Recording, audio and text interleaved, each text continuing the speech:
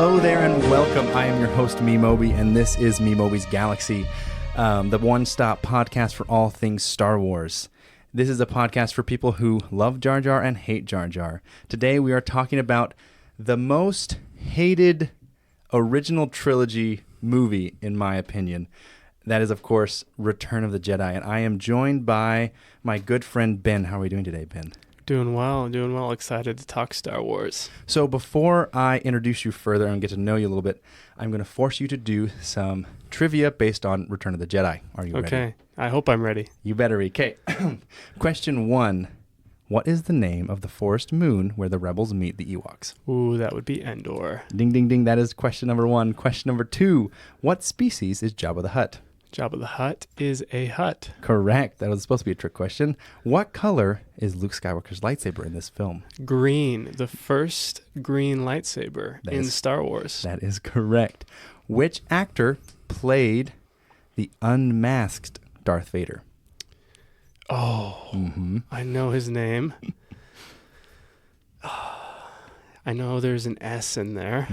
Is it Steve? Sebastian Shaw. Sebastian Shaw. There was 2 S's. And the final question is, what is the opening scene of Return of the Jedi? The opening scene of Return of the Jedi mirrors Episode 4 because it is poetry, as George Lucas would say. It rhymes. So what is it? It is a Star Destroyer coming into view with the second Death Star off in the distance, followed by Vader going to the Death Star and coming out of his shuttle.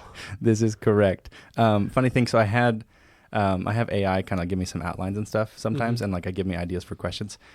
This one, they said, what is the opening scene of Episode 6? And they said R2-D2 and C-3PO on Tatooine. I was like, oh, wait a minute. That's wait awkward. A minute, AI. That is not quite correct. Cool. So let's get to know you slightly. So yes, you've told me that you do like Return of the Jedi. Is it your favorite? I would say growing up, it was my favorite of the original trilogy. I was fortunate enough to be born early enough or late enough I was also in the area of the prequels. So I got all 6 episodes and loved them all. But Episode 6 had a special place in my heart, and I found myself returning to it quite frequently and watching it even on its own sometimes. Nice. So growing up. So did you start, obviously you said you've been into Star Wars your whole Yes. life? Was Just it introduced about. by family members or what? Yeah, it was my older brother. So he's 16 years older than I am, and introduced me to some of my favorite movies of my lifetime that I still revisit, and one of those is Star Wars. Fun little fact, he had made a wooden version of Luke Skywalker's lightsaber from that film that he had lathed out, and because my grandpa had a wood shop, and I had that growing up and would turn to playing with that and my imagination being Luke Skywalker quite frequently. So. Nice. And your name is Ben. So it is. We got Ben Solo. I don't think anyone's ever called him. I think people should call him. He should have went by Benjamin Solo. Not Benjamin Solo. What am I saying? Yes. Solo. What did I say? Ben Solo? You said Ben Solo. I mean, that's Ben Solo. I mean Ben Kenobi. Ben Kenobi. It's too many Bens. Yes, there is too many Bens. Honestly, side note, it doesn't make any sense that, I guess, why would Leia name her kid Ben? I guess the Kenobi show. I just thought about this, the Ben, because oh, that's a good point. Because extended universe, Luke names his kid Ben, which makes sense. Yeah, it doesn't make sense for Han Solo. Okay. Anyways, I'm not trying to dig on the sequels right now. That is a later episode. It seems out of order too, with the Obi-Wan show coming later, making that strong. It does. It feels like connection between Leia and. It almost felt like they're like, oh, we need to explain this. We haven't explained that yet. Yeah. Okay. Well, cool. Well, I'm glad you like Star Wars. I like Star Wars too. We all like Star Wars here. So let us jump into The Empire Strikes Back. No, Return of the Jedi. Wow, listen, man. So just a side personal note, I didn't sleep last night really. I have one child, 2-year-old with a fever, and another child who is 2 months old who does not sleep. I'm going to focus up. I promise. Yes. No, you're good. Okay, here we go. Jedi. Yes, Jedi. Jedi is what we call it. In Jedi, opening crawl, it's a very strong opening crawl. It sets the tone. So the very first opening scene where they go to the Death Star over Endor, we kind of get a hint to a new character we're getting, which is the first time we actually see the Emperor. We don't see him in the intro, right? But we get this idea of someone who Vader is kind of almost scared of. Right. And like in the first two movies, Vader's been the big bad guy. It's like, oh shoot, there's somebody that's like badder than him. And that's kind of intense. I would say it was a bold move because Vader was the guy. Yeah. For the first two movies, and I feel like the dark side was growing in its meaning, its lore, its expanse. Obviously, a lot of that has to do with the Emperor, but you see Vader, and George Lucas obviously drew a lot of inspiration for the Empire from World War II and the Nazi regime and the political power and control. And I feel like you see that with Moff Tarkin and Vader, how there's more of a fight for power in a sense. And I love what they did in Andor, where we saw some of that as well. The inner workings of the Empire, the nitty gritty, just kind of Moffs and people placed over the different systems. But back to Return of the Jedi, I think that seeing that, like, oh, there's another big bad, and there's that mystery, like, who is this? What is he? What does he represent? And because at that time, I guess in the original release of Episode 4, we kind of got the Emperor, but we didn't get Ian McDiarmid's portrayal of that. So, opening scene, we get that, and then cut back to Tatooine, which is a strange trend that happens throughout Star Wars. But at this point, it was only the second time we went back, so it wasn't too bad. We get C-3PO and R2-D2. Something I didn't really notice until my watch through recently. How he mentions, he says Lando and Chewbacca never returned from this awful place. And I was thinking back, because they left in the end of Empire Strikes Back to go do something, and then this is the big time jump. And from C-3PO being not very clued in to most plans, mainly because he tells, it would like kind of spoil the plans, I assume is why they don't tell him, because they don't tell him everything. But he's kind of like, he's worried about them, and it's kind of cool because I like when movies kind of do like a time jump. I enjoy time jumps between movies because it gives people time to make it realistic that they have camaraderie, and that they that things have happened that we haven't seen, and it gets our imaginations going without people going back and filling every little gap like they do now. Yes.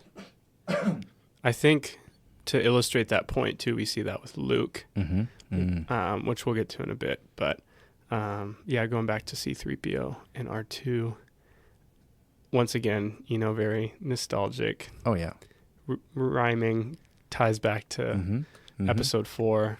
Yeah, they're going back to Tatooine, not necessarily on better circumstances, but they actually have a purpose. And the kind of the build up for Jabba the Hutt, right? Like those talking about Lando and Chewbacca are kind of like a reference to the last movie. Like, hey, remember this, guys? Remember how this happened in the last movie? But like kind of the build up for Jabba the Hutt, since we haven't technically seen him at this point, he's technically a new character since he wasn't in the original Episode 4 cut. So they come in, and it's very, a different vibe than most of Star Wars. Jabba's palace in general. Totally. It's very kind of creepy, especially like watching as a kid. I was very like creeped out and like worried about our characters. Oh yeah. I was always concerned. And you get Bib Fortuna saying Dawanawanga. Yes, Dawanawanga. Dawanawanga. Yeah. Yep. He's a piece of work. But it's very creepy, very like the oils and stuff on the Gamorrean guards. The whole vibe is a lot different. And I just listened to a podcast by Tea Time on Tatooine. She did a whole thing on diegetic music. Interesting. Which is in-world music. So diegetic just means that it's in camera, basically. Okay. So Jabba's Palace has a lot of that. Right. Almost all the music until like some of the fight scenes and stuff is like the band playing. So you have like it's ambient music basically. Right. And I think they do a really good job. I don't know. I almost wish Jabba's Palace was a little longer. Kind of. Meaning like it's a really cool world, and like they set up so many things. Like so many of the characters and animals, the aliens we see are like Species the basis of most of the rest of Star Wars, right? Absolutely. I mean, Skeleton Crew. Yes. To jump forward, but yeah. We're not talking about that. I will say, whatever. no. We gotta give our focus to Return of the Jedi today. Yeah. But I lost my thought. I was gonna say, you were like, we almost wish that we spent more time in Jabba's palace. I feel like that Lando's there, yeah. but up until then on the sail barge and like leaving Tatooine, Lando doesn't really do much at the palace. Like he's there like to kind of comfort Leia once.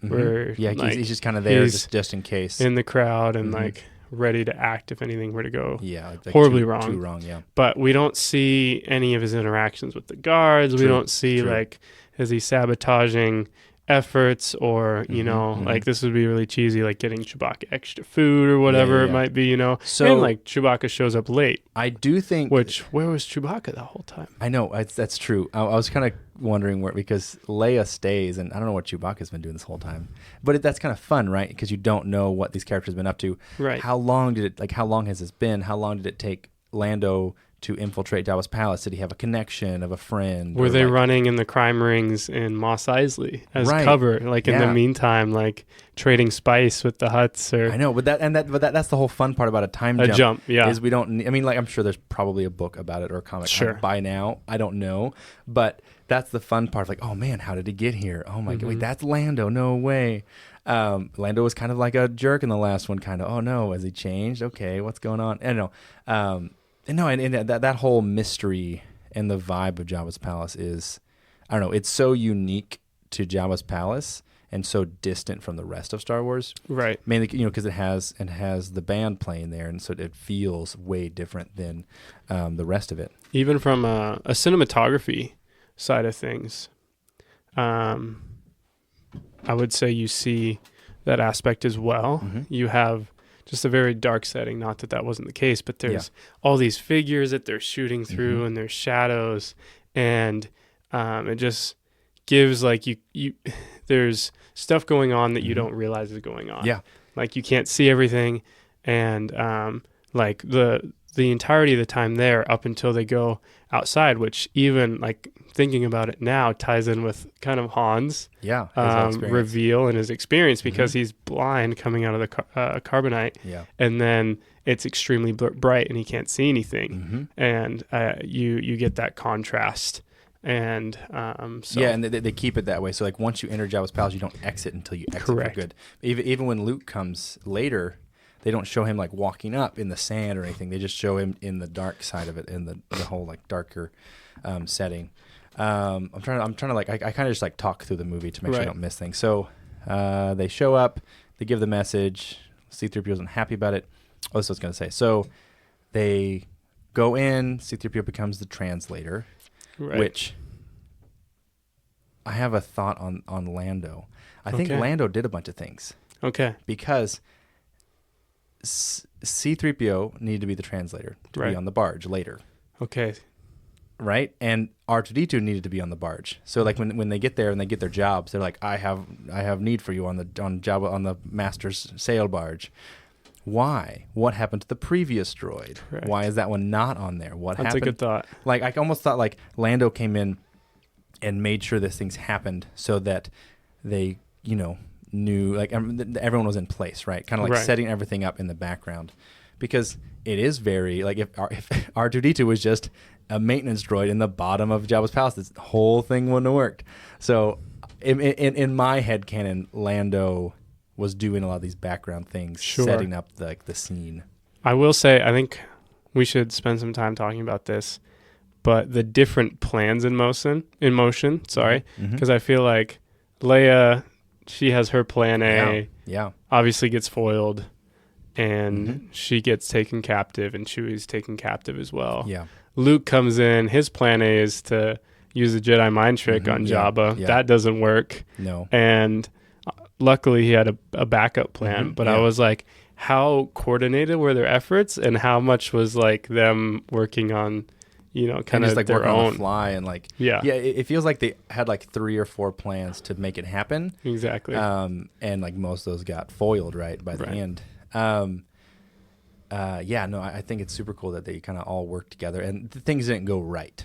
Yeah. But you could tell, like, oh, they have a backup plan, and it didn't feel like forced, like, oh, they planned Leia to get captured. No, they didn't plan on that. That just happened, but then they had a backup plan. That's why they had Lando there. It's why, all this stuff.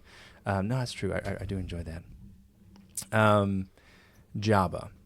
Yes. We haven't really touched on him yet. He is one of the big, from some movie, like, I don't know, like nerd movie where like these guys are working at a comic book store. Their biggest complaint with The Last Jedi, what am I talking about? What am I doing with my life? Return of the Jedi. All these things are in my head. Return of the Jedi. Well, I said complaint. Then I said Last Jedi because those always go in order for me in my brain. Okay, a complaint with Return of the Jedi is all Return of the Jedi had was a bunch of Muppets. Right.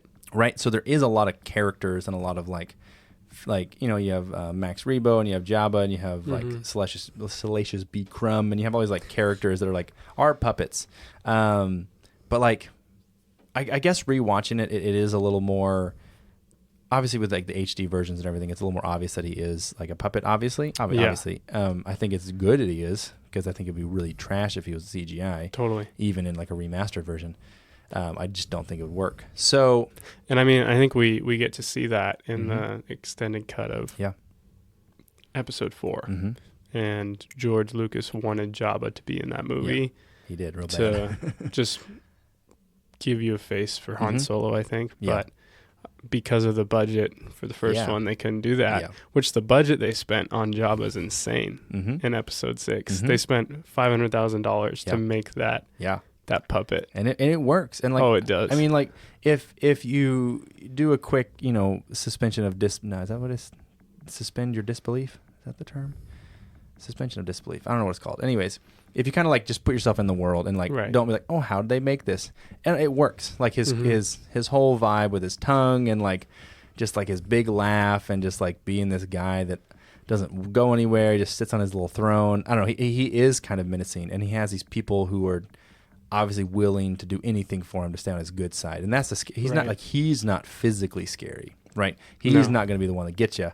It's all his goons and everyone that wants to be on his good side to make more money. There's no entrance like Darth Vader, where Darth Vader comes in and he has this effect on the atmosphere and the people. Rather, as you go into Jabba's palace, you come into his domain, you come into his territory. It's his world, for sure. Going right along, Princess Leia shows up. She gets captured. Han Solo is like whatever. I don't know. It's like it's a good scene. I like it a lot. I honestly, it's weird. I remember my first time watching it. Really? I remember not knowing who Princess Leia was. I remember like the actual reveal to me was oh dang, wait, that's Leia this whole no way. That's taking me back as well, honestly. I was so young and thinking like, oh shoot, who's this weird guy? Yatte. like in the thermal detonator I was scared for the thermal detonator, man. I feel like I used to have the craziest just imagination of what a thermal detonator did in my mind. Yeah. It's like, it incinerates somebody. Like I was so worried. I was like, dude, they got to turn it off. It's going to go off. Because I thought it was like more like a grenade. It was just going to go off at any time. Like, I know. Okay, give him the money, turn it off. Chewbacca's right there. Like, I was in it. And I obviously I've seen it so many times now, you know what happens, but it's hard to get into it as much physically. But first watch of it as a kid especially, it's like, no way. And then like Jabba, ho, ho, ho, ho. And like, oh no, he's here. It's kind of wild. And then what do we Princess Leia gets captured. Han and Chewie get reunited. That's a nice scene. I honestly like that one a lot. That's a great scene. And he's like, Chewie? It's okay. I'm all right. He's like petting him and everything. I know. He's getting high. He's like, it's all right, buddy. Luke? A Jedi? I'm out for a few minutes and everybody gets delusions of grandeur. It's weird watching Star Wars so much that like I understand Chewbacca because I know what the response is every time, right? So like I know what he's saying. That's so funny. And like because I know what I know the response like Han Solo's gonna say. So like I understand him so much. It's so weird. I'm like, Oh man, that's so. I don't know. Rewatching it yesterday, I think it was, or this morning. It was weird. I was like, oh yeah, I know what he's saying here, even before he like translates it later. But then we get the big reveal to me, which is Luke Skywalker. Right. So from 4, 5, from the difference between 4 and 5 and this are such a stark difference. Right. One, he walks in. He's very cool looking, right? Wearing the black. Boss. He mind tricks Bib Fortuna. He chokes out a Gamorrean guard, which is like the only force choke we get on like a light side user, technically. It's the only force choke you get in this movie. That's true. Darth Vader, his move in the first two, that he force chokes, and we don't see that in this one, but That's Luke true. does. Yeah, that's true. Which is, it's. I mean, it makes sense, right? He hasn't been really trained. Sure. He just knows he can do things with the Force, and that plays into the extended universe books. But it's super cool because he's acting OP and like and I don't know. I've heard the complaint that they don't like that he's not as fun anymore. Mm-hmm. But like, I don't know, it's cool. It's so cool. To me, I think it's super cool. I love that like there's a time jump and something's happened and he has grown and been this more intense looking person in my mind, you know? And let's go into Luke's character for a bit. Like from the first two movies developing up to this point, you obviously have the Tatooine farm kid, moisture farmer, who's like dreaming of going to a spaceport, you know, and power converters from just kind of be like a whiny kid, little 19-year-old. And then you have a 3-year jump between episode 4 and episode 5, and then you have a 1-year jump. And he gets his first not first formal training, but I feel like there's a lot of growth in the second movie. Yeah, and I think he had a lot of things to work on from that. And then after finding out his father was, spoilers, Darth Vader. Right. Which, fun fact, to jump ahead a little bit, I saw that George Lucas consulted a child psychiatrist, I believe, on... because they weren't going to bring that up again. Yeah. And that's why they had Yoda bring it up. Yeah. Is because this psychiatrist said that kids, because that's target audience, kids wouldn't believe that line from Darth Vader in episode 5. They would think it's just a lie and brush it off. But having someone that's trusting say that really affirms that. Yeah, they say it like twice because Yoda says it and then Obi-Wan says it afterwards. Says it, yeah. Yoda kind of he doesn't want to say it. He's like in denial almost. Yeah. No, that's cool. I didn't hear that. But that makes sense because I do remember a lot of people saying after they watched episode 5, they weren't convinced. Yeah, they're like, oh, he's just trying to manipulate. You're just in denial. Yeah. You know, which is Luke's in denial. That's true. That moment. He was. I think he kind of felt it though after that. I think he probably figured it out.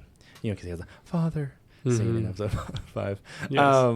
No, but I like Luke, and I like, I don't know, it's so funny, right? So he gets dropped into not the Sarlacc, but he gets dropped into the Rancor pit, right? Which I'm glad how they set it up was like showing someone else falling earlier and not showing the danger, and showing a scream, right. And like, oh, that's sweet, like not showing, but just like hearing and getting the vibes.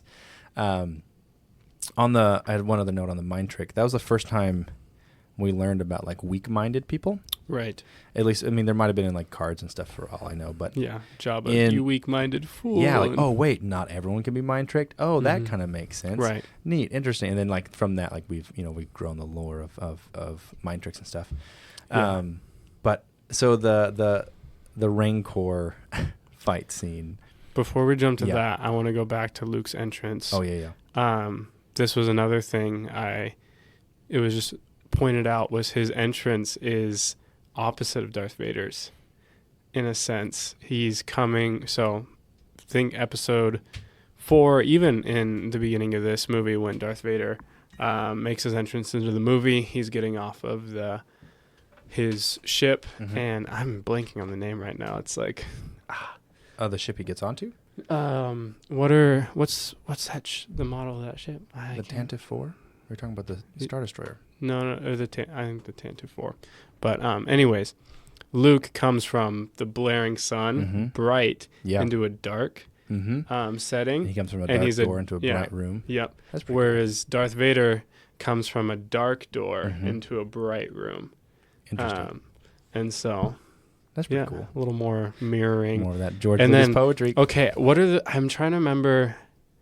Names are eluding me right now, but the creatures, they have the vials and the 4 legs. Oh yeah, the monks. The monks, yes, those scared me when I was younger. Oh no, I know. I was like, shoot, what are those? I did not like those guys behind them. Yeah, there's so many things in Jabba Palace I did not like as a kid, and I was stressed the whole time. Right. I do like another scene in Jabba's Palace I like is when they're all just sleeping. Yeah, I know, just wherever. I don't remember if that became a trope later, but I do know my brother made like a fan film one time about it was about cowboys, but all the bad guys just slept in a big pile, and it was a reference to that. That's like, good. It's so funny. Obviously, it's more like they partied really hard and stuff, right? Like they're hungover and whatever. Yeah. But it's just like they just hang out here all the time, and like Boba Fett's just here hanging out. Granted, I realized I watched like a side by side comparison of special edition cuts. A lot of the Boba Fett stuff was added later. Most of his reaction stuff. Some of it was in there, but like some of it's similar cuts. Like it's like the same. It cuts to him. Yeah, but there's more cuts in the special edition. It's when they redid the filming of the Jedi Rocks, the music, like because there's like the music section of what's his name? What can I remember his name? Max Rebo. Rebo and the whatever band. Because that original song was not the new version, which I don't know. I'm kind of like back and forth on which one I like better because I recently listened to both of them. I like the new one. I feel like it's too long. It is too long. I kind of wish they would just redone the original with new graphics. Yeah. Because the original one was like fun but it's a little shorter and not as goofy in its own place. It's hard to say if I like the new one or old one better. I think the new one, I don't know. There's something about it. It's getting more world stuff because I like hearing the diegetic music. Right. Because the old one's pretty trash. Like musically, it's so simple. Musically, and then like puppeteering, like why right. it's just kind of goofy, and it definitely was more Muppety. I kind of like the CGI. It's like a weird thing to say out loud, but I kind of like it more. I wish they could have done a better combo of it. I feel like I don't know the character's name, but the lips on the main singer is just so extra. Snoodles. Yeah. Yeah, pretty intense. She has a whole arc in the Clone Wars, which is wild, crazy. But it's fun. It's fun. Yeah. But I'm like oh I don't know. I'm okay with most special editions. We'll touch on some more later. There's lots of little things in Jabba's Palace. Yeah. Like not much. Like a Doug to like make it look more like Episode 1 with like a like a Sebulba type character there, just to kind of balance it out, I guess. But when Luke is in the Rancor pit, the Rancor pit I think does really well with the stop motion and the puppeteering of it. Totally. I mean, yeah, obviously it's 1983, right? So you can't be perfect, especially when you overlap, like an actual actor and like a 2 foot tall thing. Yeah. But I was so scared as a kid. No, same. So scared. Same. It's honestly insane. I don't know. It's like I wish I could be that way again in movies. I know. But it's like the problem is like big budget movies. The winners are gonna win. The good guys are gonna win. That's why I kind of like standalone. Anyway, this is a side note. I like standalone movies. Kind of like psychological thrillers a lot. Yeah. Because you don't know. You never know who's just gonna die in those. True. It's true. That's why I loved Rogue One. Anyways, Rogue One's great because there was like, man, there's actually stakes in this. This is awesome. Anyways, I love that Luke is obviously not a Jedi because in that scene, he like runs across and then he throws a rock to push a button, which is so funny. Instead of just using the Force. I know, it's so funny to me that he's like, oh yeah, I want to throw a rock, like a big rock, and just like buzz the thing. I don't know. I always find it so hilarious. I mean, I feel like that's kind of a realistic moment though too. Yeah. Like think if you had Force powers, where you just a really simple moment, and you're like obviously. In a physiological sense, Luke's adrenaline is through the roof. Oh yeah, like just heart's racing. Yeah, dude. I mean, my heart was racing as a kid. Uh-huh. And it's like probably just momentarily forgot, like, oh, I could use the Force to just trigger that. Yeah, he was like, a rock, just scrambling, his brain's scattered. And so I feel in a sense that it's goofy, but it is like feasible. It doesn't take me out of it, but I think it's just a funny moment that he just doesn't use the Force. And then we get a great scene, which I really love that George put it in here. The trainer. Yes. Dude. And like him just like crying. I know. And like, it's kind of like, it's weird. Like as a kid, I'm like, what? It makes you wonder, like, wait, like, this thing was tamed, it puts you like or in perspective of like the world building he did with stuff like, oh, there's two sides to every coin. There's other characters that like kind of like, oh no, maybe it was a nice beast. And like, obviously we get that in the Book of Boba Fett later where we learn about him. But I don't know. I love that he just added, like, cause you didn't need that. You don't see that. No. Like I like, it's it's so awkward. I mean, you think of Jurassic Park, whenever a dinosaur kind of dies, there's not really a sorrow. It's like, true. You don't see that flip side. It's true. like, oh, there's relief. And then you just kind of move on. It like kills the Rancor, and then it makes like kind of like a sad noise. Like, like it dies. Like, oh, dang.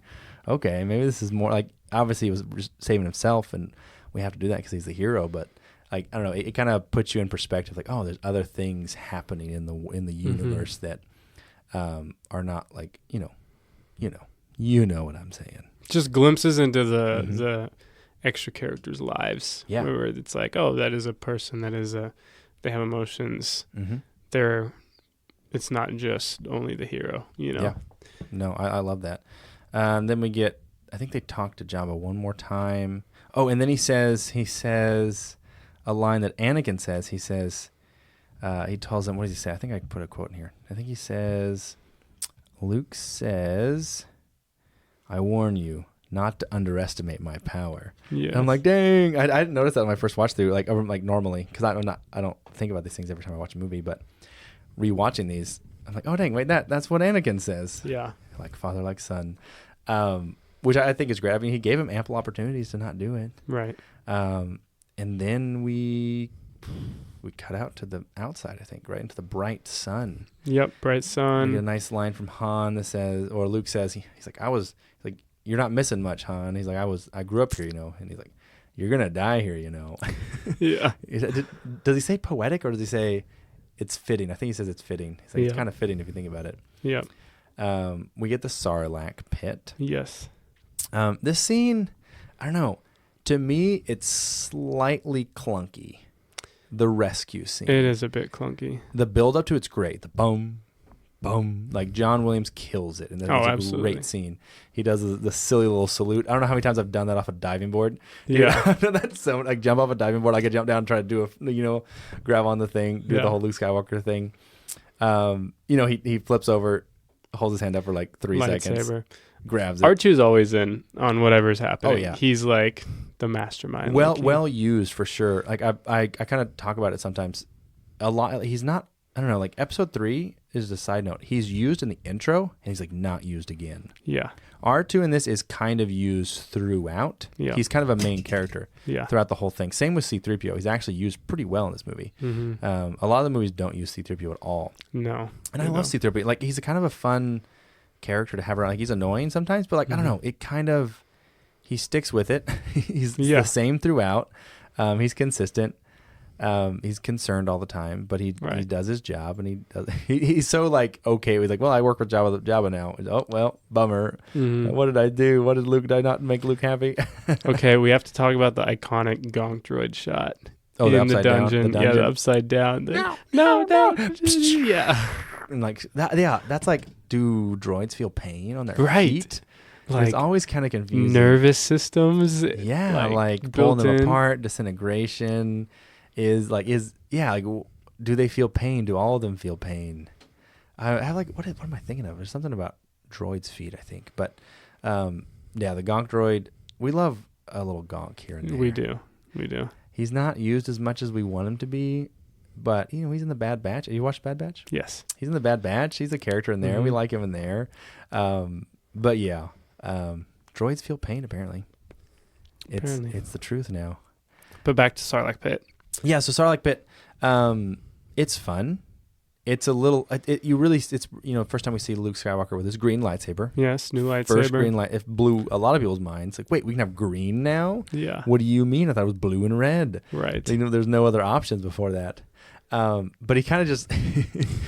He obviously hasn't had very much training, and it works in universe because he hasn't had that much lightsaber training. So he's kind of swinging this thing around like a bat, just like hitting people, hitting Boba Fett, and like. Speaking of Boba Fett, we get his name. Boba Fett for the first time. Boba Fett, where? Yeah, that's true. Do they not say it in? They don't, do they? They just like no disintegrations. Yes, and they just kind of behind him. Do they not say it in 5? No, they don't say it. They don't say it. No way. Did they? Because because Vader says bounty hunters. They did say bounty hunters because he first grew in really popularity, obviously 5, but then there was the holiday special. Yeah, because apparently that's where a lot of people really grew to like him because he had a whole animated show. He was originally white when they showcased him. Yeah, they did. He was supposed to be a superior stormtrooper commander. True. Type character, but which would be cool. But I like him how he is. Oh yeah. Obviously, he's very underused and. The directors and stuff just didn't realize that he was going to be the sensation that he was. So they just killed him off. Why do you think, obviously there's that kind of build up. He's like, who is this character? Yeah. Obviously everyone. Right. But I think so George into Star Wars then. I think George is just out of the loop. Kind of because George didn't care. He wanted to make his movies. He wanted to make, and he just wanted to make some movies that he wanted to make, his stories. Right. Obviously, he did some things and changed some things to make some people happy, but he was just making movies. He didn't. Most directors and stuff aren't really in the public eye, not public eye, but with their ears down, listening to. But there wasn't social media back then. You had to be in school and go to schools and poll people. Probably not. You're not gonna know who the most popular characters are. So it is a bummer we didn't get a little bit more. It's funny because in all the video games, right? There's always a final boss of Boba Fett, and even though that's not in the movie, there's always a big you got to shoot him out of the sky. Yeah. Kind of deal. One thing I learned as well is obviously people didn't know who Boba Fett was. We didn't get a reveal of his backstory, him without the mask, until episode 2. Yeah, but I heard that one of the leading fan theories in the Star Wars fan club was that it was Luke's mom. Actually, whoa! I've never heard that. Yeah, that Luke's mom was Boba Fett. Isn't that crazy? Can we get that? There's so many things to wrap my head around that. Right. That would be sick. It'd be even sicker if it was Padme. Can we retcon that? Let's just start over, guys. Let's just make that movie. Whoa. I want a what if of that. I was just going to say that. We need a what if episode of that. I don't like what if in Star Wars, but we need a what if Boba Fett was. I've never heard that. I got to look that up. That's really funny. I like that a lot. Dude, Luke Skywalker's mom is Boba Fett. I have to say, I heard son, I am your mother. Takes it off and it's just a lady. Oh, that'd be sweet, dude. Why didn't we get that? What is going on?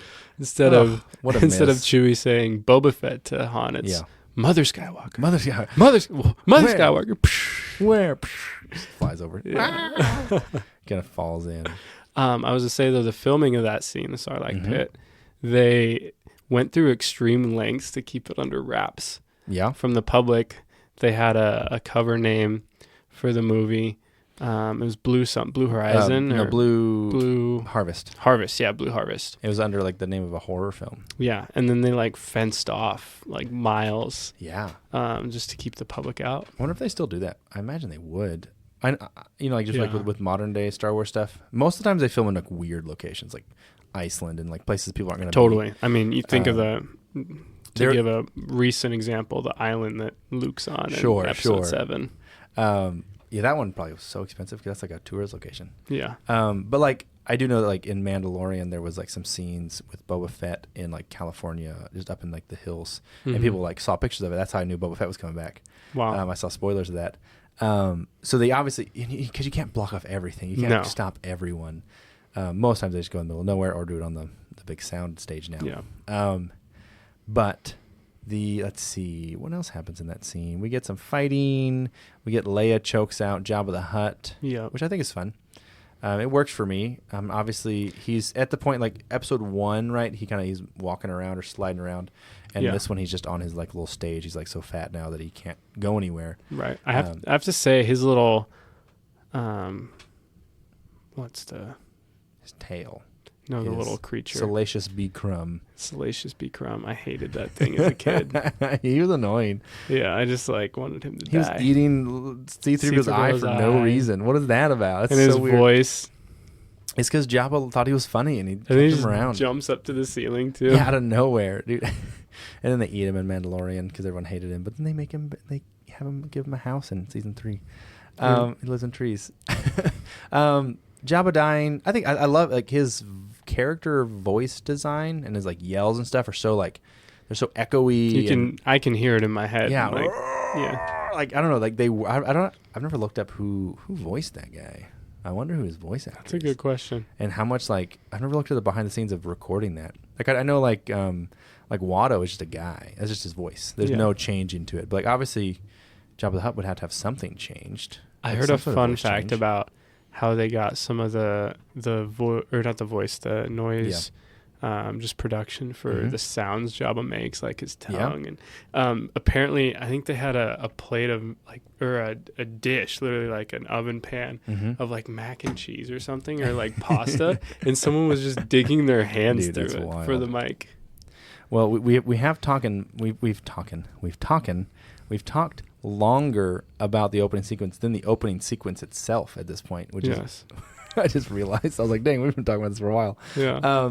No, I think it's great. I love the ending. I hated that there's so many things I hated as a kid. Like I hated that R2-D2 pushed C-3PO off. I was like, they're gonna blow up. Yeah. Because they already shot it. Yep. And they're driving away. Like, what about the droids? I was so stressed, man. All these movies as a kid are just so stressful. They are. It blows up. I think that's pretty much all the points from Tatooine to that point. I think. Cue Dagobah. So they fly away and split. They say, see you soon. Let's see. Yeah, then he goes to Dagobah. He's like, I have a promise for an old friend. And the Dagobah scene is interesting. Yeah. It doesn't do much. No. Really. One of the bigger complaints I've heard about this film, Jedi, is it's a lot of exposition. It's a lot of people just talking about stuff and getting the plot. Because obviously it's the final of a trilogy. So you got to get everybody where they got to be for the good guys to win. Tie up the loose ends. You got to get it all going. But like Yoda's getting old, right? He's just kind of senile. He's just like, he wants to die, right? He's like, I just need some rest. And he just dies after that, but he just didn't want to talk anymore, and he was just going to die. Like, if Luke hadn't asked questions. Didn't know how old Yoda was until that moment, too. He's like, 900 years old you become. As good as, I don't know what he says. How Yoda talks so insane. Yeah. Especially as good you will look, you will not. That's good. I don't know what it says. Yeah. I can't remember. Sorry. Yeah. He's like, I need some sleep. Yes. I need rest. Rest. I need rest. Dude, his end is dying, boy. I know.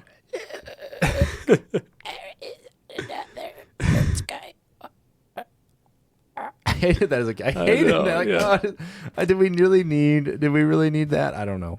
Yeah. I like that Luke landed on Dagobah instead of crashing. That would have been really funny if he just crashed again. Right. I kind of would have liked that, but it's fine.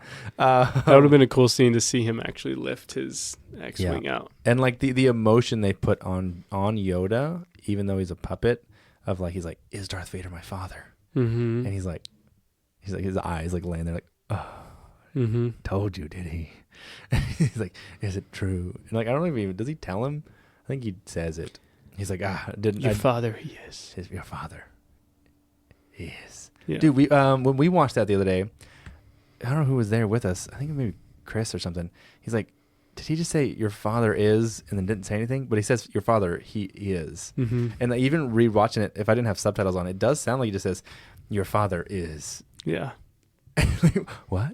Yeah. Who? But yeah, then he does this long, drawn out, there isn't. Does the whole, there is another Skywalker, which is like 3 times. Luke, and then he's like, Luke, and then like, he does it 3 of them. It's so annoying. Just tell him everything you want to say, Yoda. And then he dies, and we get a classic fade away again. Yep. Which at that point, everyone just assumed that all Jedi fade away when they die. Right. Which I think is interesting. Obviously, we didn't really get any of that till the prequels, where we learned that's not what Jedi do. And then we get the way that Luke, after Yoda dies, he goes out, and then you get Ben Kenobi coming out. Mm-hmm. He's like, Ben, like, you son of a gun! Why did you tell me? Like, he's like mad, but the way Luke handles himself, I don't know. It's so classic Luke. The way he talks, like, why didn't you tell me? Like, kind of like like almost like talking to a child. Why didn't you tell me? That he was my father. Well, from a certain point of view, Anakin Skywalker was turned. Whatever he says. Also, the first time we hear Anakin's name mentioned. True. Yeah, and then they talk about it a lot. Yes. In this movie, they talk about it all the time. I like that. Ben Kenobi sits down as it goes. Yeah. He's like, I'm tired of this. I got to sit down. Just makes him feel old too, you know? He's just tired. But that's pretty much Dagobah. I heard there was, George thought about, they had written in that Ben Kenobi, Obi-Wan Kenobi was going to come back from the dead to like fulfill what he said to Vader about like, if you strike me down, I'll become even more powerful. And he does. Yeah. And then sweet. like comes back. And so that was something that they like played around with in the screenplay and then decided against. Yeah. I mean, it could have worked, but you got to write some big lore for that. And then it's the future of everything. I'm so happy we got Jedi Ghost in this movie though, because an iconic character in Lego Star Wars. True. The original the complete saga. No, we love Jedi Ghost. And I'm glad, and it makes sense, like, in universe, right? He's so present here because Dagobah is like it's a place for the Force. Like the Force is very strong there. So that's why he's very vivid, not just like a voice or not just like a distant mirage. And I mean, we see that with Vader in the previous movie as well, where he has his Force encounter. True, with in the cave. There's a really cool scene where Ben Kenobi walks up and he brushes like a piece of like grass away, but it's like you can still see through him. It's really well done. The way they did it, they completely killed it. I'll touch on, I guess now, green screen. I think green screen was really becoming popular, and George loves doing new things.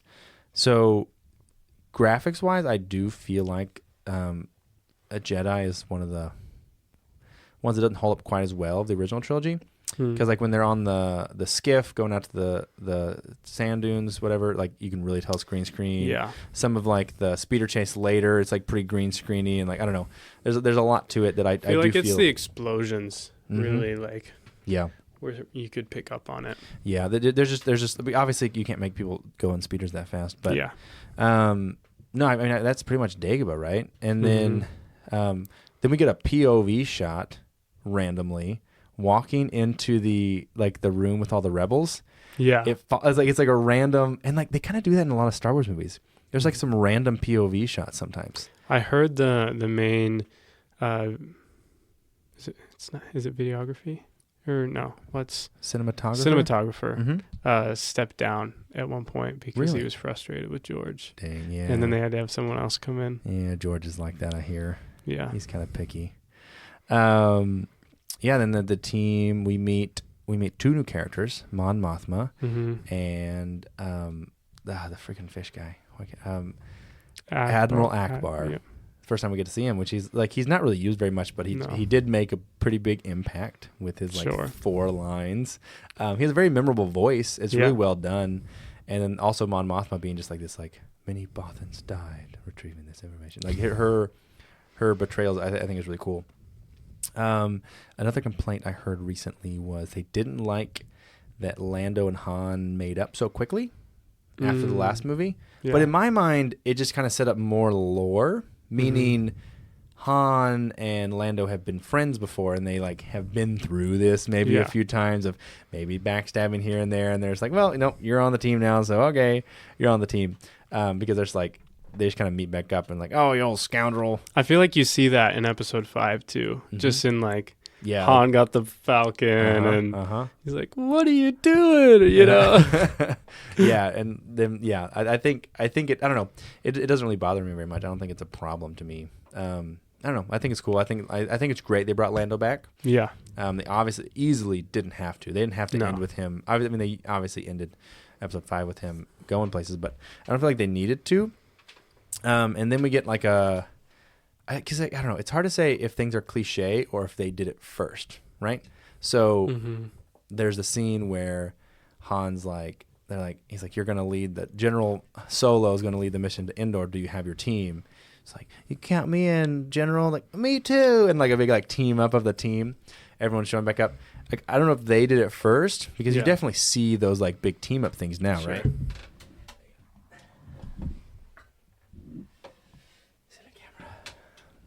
So they team up and then they fly to Endor. We get some classic memes.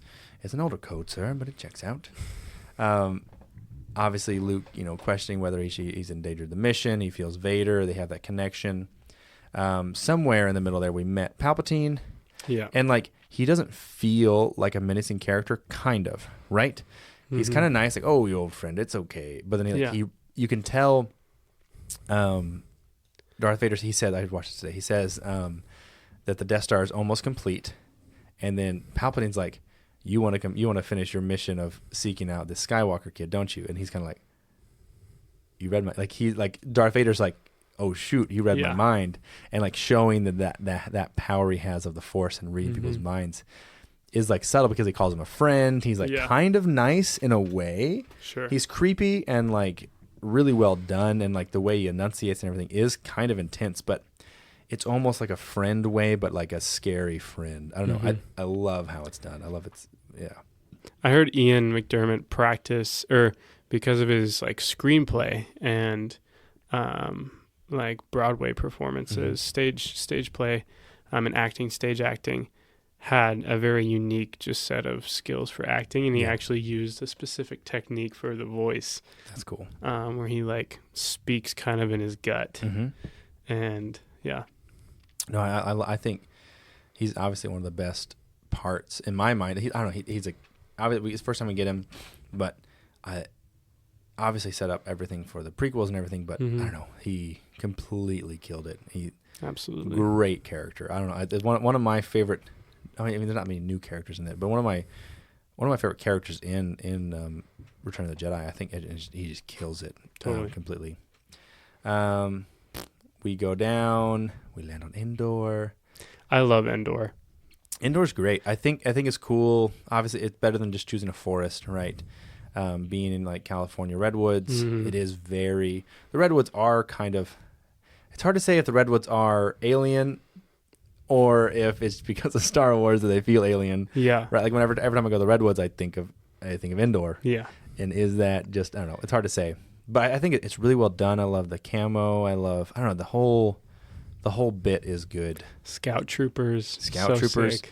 Then we get the speeder bike chase scene. Yes. Which I have a comment from Instagram. Okay. From a user, I'm not going to tell their name because they were on my last episode. Austin said, the speeder chase scene in Endor was good as a kid, but it's hard to watch nowadays. Really? Okay. Which is sad. That is sad. I see where he's coming from. Yeah. Mainly on, I don't know, I guess maybe like the side shots. Maybe it's like this, like the green screen aspect of it too. Yeah. But I don't know. Yeah, I would agree. Like as a kid, very intense. As an adult, I get where he's coming from. I still really enjoy it. I don't know. It's still pretty intense to me. Yeah, I don't.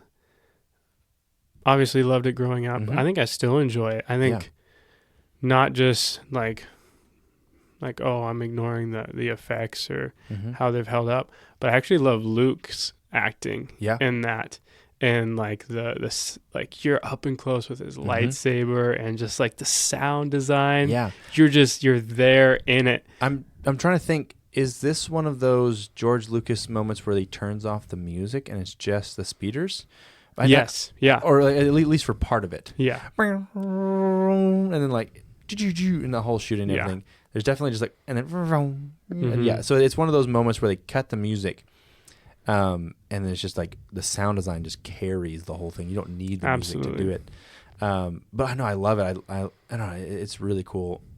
No, that's not a very good term to use. It's really cool, but I really do like it. I think it holds a lot of weight. It's kind of crazy. They go really far away. That part has always bothered me. How kind of fast, like Luke just kind of runs back afterwards, because they're Jedi speed. They're so far away. It's kind of insane, if I'm being honest. But then we get, Leia falls off, and we meet Wicket. Wicket. Yep. Yes, which is an Ewok. Which a lot of people. That's the biggest complaint. Is the Ewoks. And I still don't get it. Yeah. I get it. I get it, but I don't get it. Yeah. I understand where they're coming from, but I don't get it at all. Ewoks. So Ewoks. What are your thoughts on? I guess let's just jump into just a full Ewoks. Yeah. Overall Ewoks. And I think like the first thing I'll mention is what I mentioned earlier. George made this for kids. True. And I feel like Ewoks, kids have no problems with Ewoks. No, they don't. You're like, oh, it's a little teddy bear like creature thing. And you already have Chewbacca, which they almost did Wookiees. Yeah. In place of the Ewoks. Which totally would have worked. And then like you have this whole scene like Chewbacca meeting back up or like doing something like I think it would have worked too. But I think that would have been harder for them to do. I don't know, maybe not. Yeah. They already had Wookiee stuff. But Ewoks, right? So like we get Wicket and then they leave. He's like a cute character, but he's not that cute. I mean, he's cute, but it kind of works, right? It's like an unreached people group basically that doesn't know things about people. They know about the Empire kind of, and they're not happy about it. But there's like a new creature, this human female. Like, what is this? And like, kind of like it's kind of a cliche. Like they do that in a lot of movies where you get like a kid from some other tribe or something. It's like kind of curious, obviously, and like the givers. It's kind of the like bridges the gap, you know. And that kind of works, even though it is like a teddy bear. I don't know. I think when I watch Star Wars, I kind of like forget about the real world. Yeah. I don't think about. I've never thought about teddy bears when I saw Ewoks. No. I'm like, oh yeah, we have bears, but this is like a different. And this is like sentient, has a stick. It's not a bear. Yeah. This is a completely different thing. Like certain characters and aliens look like certain things, but I don't ever really think about those very much. Right. Like Gamorrean guards are pigs, but I'm not like, those are pigs. Oh man, we got pigs in Star Wars. Great. Like obviously you have to base everything off of something. Right. But the Ewoks to me, I don't know, they never really bothered me, and they still held a weight. Like when they're like, to jump ahead, like they're about to burn them alive. Yeah. I was kind of nervous. Oh, like, absolutely. Especially from a kid's perspective. Like even though they're cute, like I don't know, these things have sticks. And there's like that kind of just mystery. You're like, wait, they're gonna eat people. Yeah. And you're like, oh, that's messed up for something so cute. And well, and I think that kind of almost sets the vibe that like they're okay with eating people, right? And that like maybe they can kill things. Maybe they are warriors. They do eat people. Yes. Yeah. They eat some. Yeah. Well, it's okay. Stormtroopers here and there, maybe. But no, I think Ewoks. Like they have a really good character design. They're all very unique looking. They're almost like dogs in that way, right? Like they're all the same, but they have like different colorizations. Yeah. I don't know. I've never been against Ewoks at all. No. I even just like their civilization is kind of fun too. Yeah. Like, up in the trees. Away from like whatever animals there might be on Endor and like and the Empire and like all this stuff. Yeah. I think and then like so how the gang gets captured. I don't know. I think the whole talk about Luke Skywalker not being fun anymore kind of goes out the window with the whole getting captured scene, dude. Absolutely. I quote that scene so much. So like they're like no, Chewie, don't get, and they get trapped. Yeah. And then like the panic in their voices. Yes. He's such a good bit. Han, can you reach my lightsaber? He's like, hang on, and like they're so stressed and like. You totally, you got them. There's like so worked up, and then like R2D just cuts it, and they all fall. Yeah. I don't know. I love. It's a great scene. I think I quote that all the time. I think it's hilarious. So then we meet the Ewoks. They worship C-3PO, which I think is funny. Yeah. It's like a I don't know. It's another like reference to tribes and stuff and like different types of religions. So there are religions in Star Wars. Yes. I guess that's probably the first one besides. Hokey religions and I guess there are religions because we have that line earlier, but Yeah, they get captured and they almost get eaten. And I'm okay with that Mm-hmm. in a weird way, right? The other thing is, like, where did they get clothes for Princess Leia? Who did they kill? Who did they eat? Who did they eat to What's get that? the ceremony that they were going to have for her that just we weren't aware of yet? Yeah. So, Ewok village, the gang is reunited. Mm-hmm. C-3PO didn't know he had it in him to float in the air. Wicket hugs R2-D2. They're going to burn R2-D2 too, which I think is great. Yeah. It just shows that they're not connected to the galaxy and they don't Yeah. understand how this stuff works. I also love, like, when they just get they're brought into the tribe, and I forget the name of the Ewok that just attaches to Han's leg. Oh yeah, and just like hugging on him. Yeah. Get off me. I know, I love that. I think there is, like, I think the Ewoks have a childlike aspect in a sense, just like their behaviors and mannerisms, just like doing that. Like, how many times have you had kids just sit on your legs and you're like trying to walk, but then, like, that's the unnerving part, is they eat people. Yeah, they eat people, and then they obviously, like, captured these people, and they live their lives, and they have built a civilization, but they still have, like, that childlike wonder. I don't know. I think it's fun. I'm like I said, I'm still pretty okay with Ewoks. I don't think there's anything wrong with that. And then we get they tell him there's like they don't tell him where the back door is at that point. They know, they tell him that they know where it is. Mm-hmm. We get some C-3PO telling stories, which is funny because he says he's not very much of a storyteller in episode 4, and he tells us, like, super elaborate story with sound effects. He has a Darth Vader sound effects on ready to go. I know, really funny. He has ATSTs. He got the whole thing. That's when we get the moment of Leia and Luke discussing, like, what was it? What's your problem? And he's like, do you remember your mother? Just glimpses, just her face. Oh yeah, when you were an infant, sure. Day one, cool, Leia, totally. And then like, you know, they reveal that they're sisters, or no, whatever, siblings. they're siblings. And I don't know. I think that scene, like, in the dark, I don't know, I always liked it. And then, like, seeing Han, like, he's trying to be a good guy. Yeah. He's trying to be like, he almost leaves. He almost storms off, and he, like, comes back and, like, hugs her. He's like, what's the problem? He's like, just hold me. And, like, I don't know. I think there is character development there. Yeah. I heard a complaint recently. Someone told me, what did they tell me? They said they don't like that Han and Leia are on the same page, because what made them fun in episode 4 and 5 was that they were kind of at odds, and, like, the will they won't they. It's like, okay, well, how about they just will?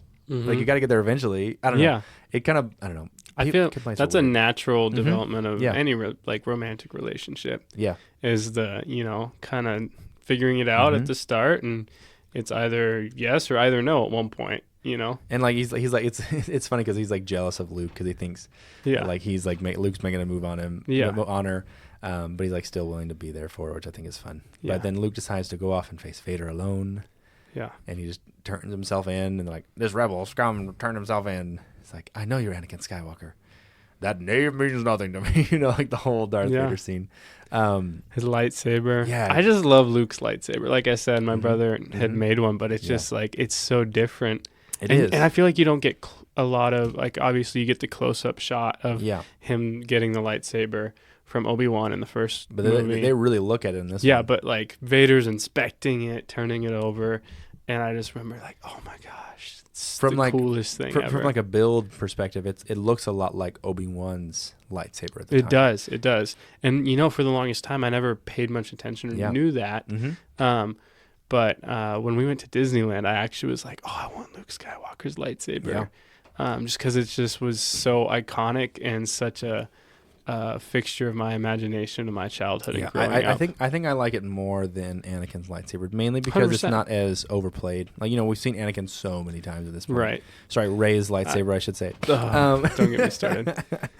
On lightsabers, real quick, I heard that Darth Vader's lightsaber, they actually built from spare pieces from Luke's lightsaber. Oh, that's cool. Yeah. Oh, I didn't know that. So yeah, because you don't really ever see his close up, like, at all.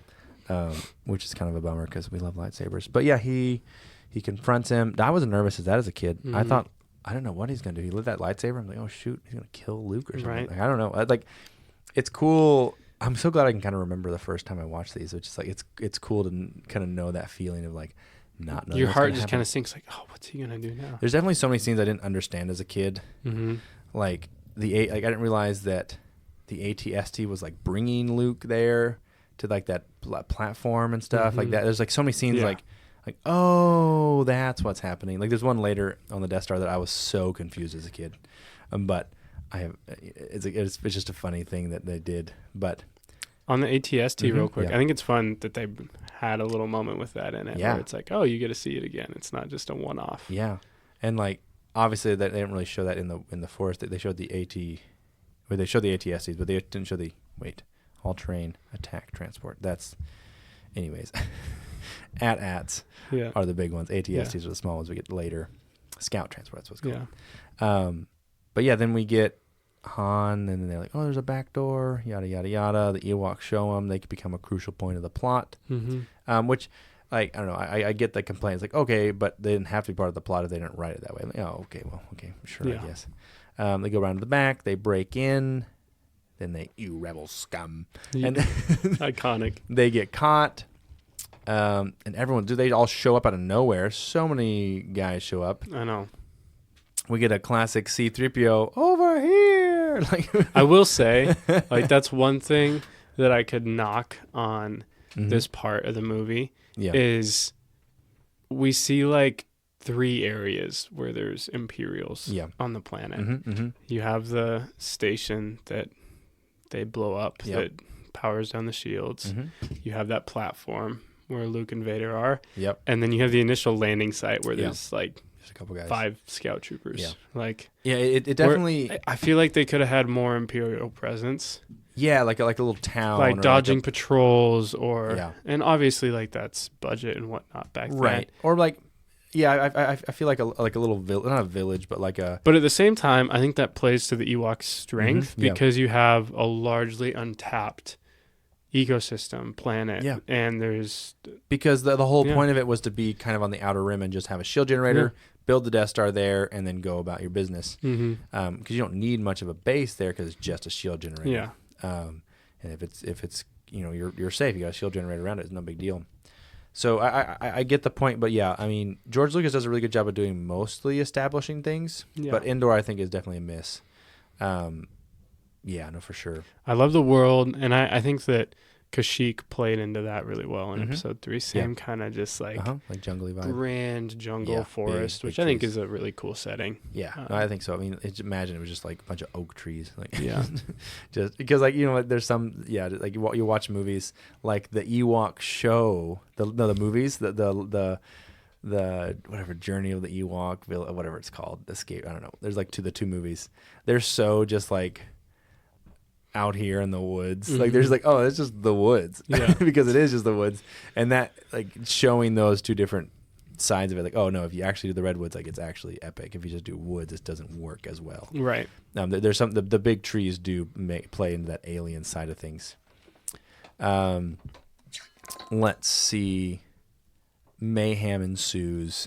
I get people's complaints that Ewoks are kind of confusing, that they're killing people because they are just kind of throwing rocks, and like they already had traps set up, which is like, okay, maybe they've been fighting back kind of like into the Ewok hunt in the Battlefront or whatever. Yes. Like, okay, maybe these guys have been a pest for a while, and like it's terrifying, by the way. It's great stuff that we got with that game. And it's like, what if there's rival tribes or factions of Ewoks that are like easily terrifying or like rabid in a sense, just like a little more intense, or like more. I mean, like they swing from trees. They have flying apparatuses. Like they're obviously small. They could hide. Like they're quick, and like stormtroopers. They're not used to being very jungle stuff. Like the stormtroopers felt like they were just regular stormtroopers from the Death Star, and they just got be on this planet. They felt a little more not equipped for this job because it felt like a temporary base. Like it was just a shield generator. It wasn't necessarily a long-term base. So like they have scout troopers and stuff, but they don't have like jungle troopers or like guys that are like meant for this. So I think that plays into the side of the Ewoks being able to fight so well. Obviously, they're not like showing them like murder them, like they're hitting them with sticks and stuff. Sure, maybe they could have made it a little more realistic. But they obviously had traps set up, and they've been on this fight for a while to take out the ATSTs. Yeah, and when those show up, they go crazy. Like lots of Ewoks are dying.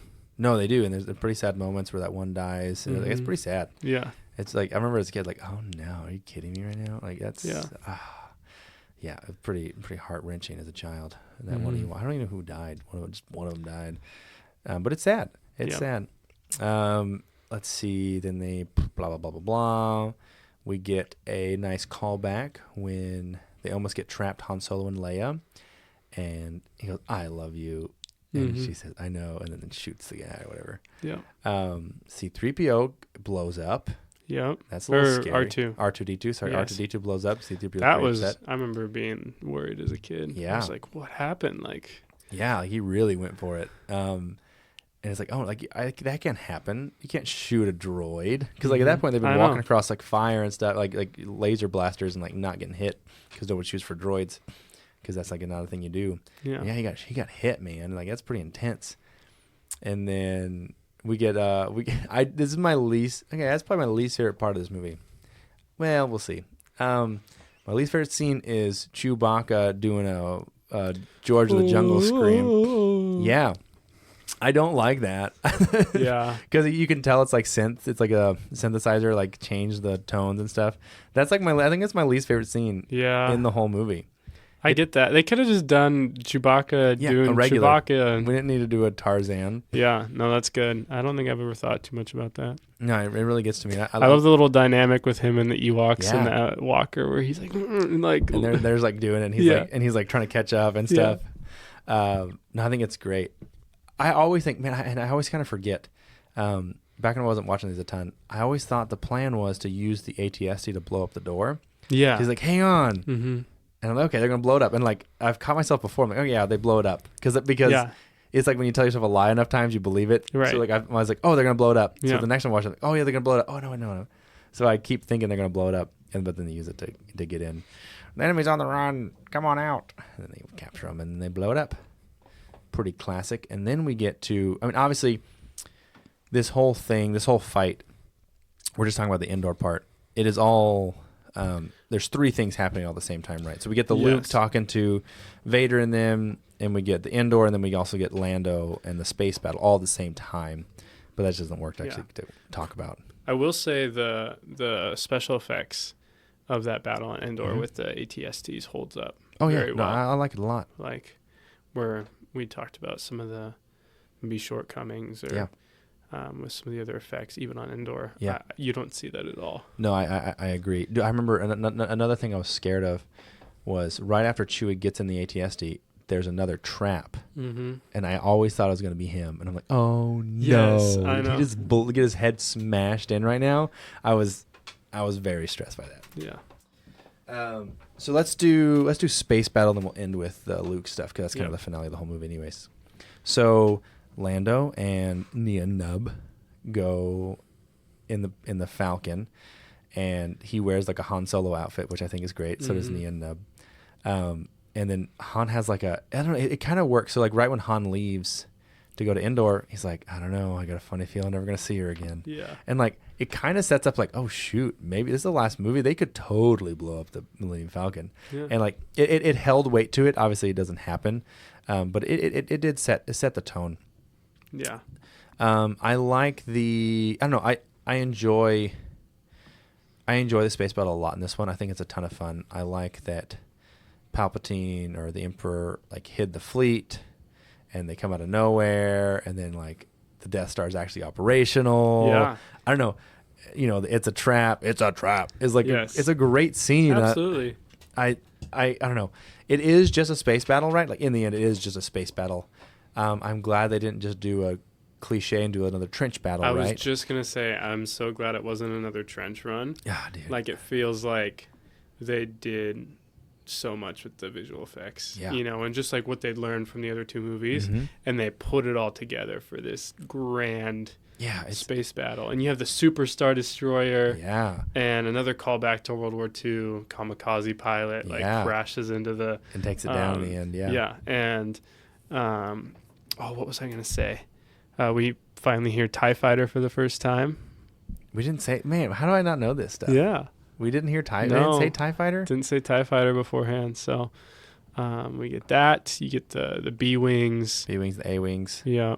Dude, Wedge and Tilly's. Dude, the whole thing it's really fun and kind of like watching it and like coming to the same realizations they will. Like, the Death Star shoots one and they're like, let's go against the Star Destroyer. It's like, we'll never survive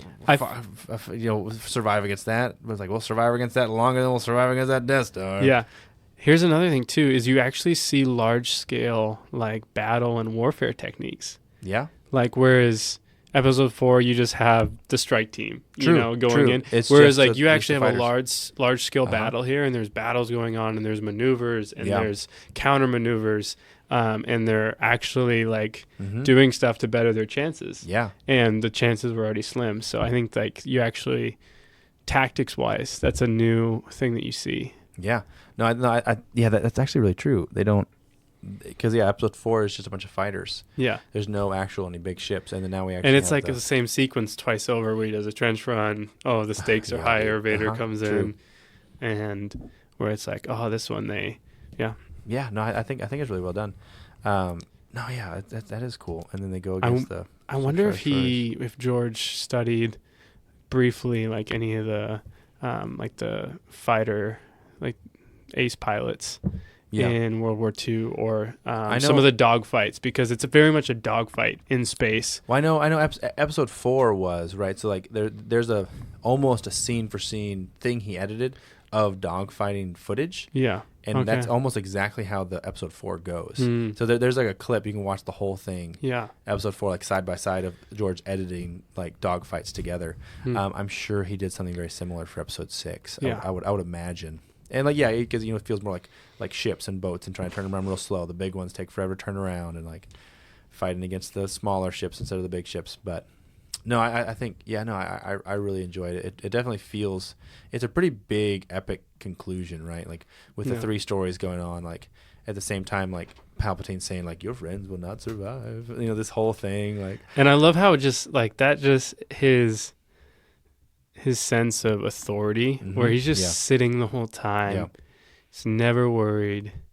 And he's just like taunting Luke. And Luke just keeps turning towards the thing and turning back and turning away. Yeah. And just like watching, like. He has his lightsaber. Like he's just like, everything is proceeding as I foresaw. Yeah. I'm sorry to say the shield will surely be operational when your friends arrive. Yeah. Like the whole scene. Yeah. But then we finally get they blow up the shield generator. And then we get the hardest level in GameCube's Rogue Squadron. Boy, howdy. So I never played Rogue Squadron. So the GameCube Rogue Squadron, for some reason, there's like an achievement or something that you had to play multiplayer and beat it. So my older brother, he's like 8 years older than me. Mm-hmm. He was really good at this game and playing video games. And I'm the only other sibling that was like willing to do anything with him. Sure. And like I'm like trying, right? Like I'm the X-Wing, he's like Millennium Falcon, and like we played this level so many times. We'd make it into the Death Star. We'd blow it up. And he had this whole you had to escape it. And man, I don't know, we'd always die on something, and he was so mad at me for so long. I'm like, I'm trying, man. I'm like 8, dude. I'm like, please forgive me, dude. That whole scene, and like the stress of like, are they gonna make it out when they blow it up? And like I love the internalness of the Death Star, like the scene when they come in and they shoot the shield generator, and then like the whole thing explodes. That room is, I don't know. I've always loved that little like room with the reactor room. I think it's so epic. Yeah. And it's far grander than the first Death Star, too. It is. And it feels like it. Feels like it. And, I mean, the scale is larger, too. Yeah, and there's a lot more stress on not having a vent that's just open straight to it. And that's why they have the shield generator. And, like, the first one was pretty secretive, them building it. Like, no one knew it was happening. Now that the Rebels are a little more enforced, the Rebels are a lot bigger, right? They already they haven't technically toppled the Empire yet, but they blew up the first one. That's, like, a pretty big deal. And I feel like even contrasting the political style of Episode 4 versus this one, you have like you said, the secretive plans, secretive Death Star. Yeah. Like it's not supposed to be known about because of the backlash. Yeah. Whereas in this one, Palpatine he's just confident in his authority. He's Yeah. like, no, we're making another one. And Yeah, because like in the Bad Batch, we get kind of like the behind the scenes, like Palpatine's doing things behind. He's like the Senate's still a thing. yeah, There's still technically a Senate of all these worlds because he couldn't keep them all in control without it, right? So like he's moving funds and stuff around to fund these different like not experiences, but like these different like SS divisions, essentially. these like secret things that he's doing in the background. But yeah, we get the the final scene of him like coming out of the Death Star and like so like it's coming and then like the super Star Destroyer crashes into the Death Star and everything. Yeah. At the same time, like pretty good explosions. Obviously they did a lot of practical, obviously for all the explosions they weren't doing, and they were pretty dialed at this point. Mm-hmm. Yeah, they were.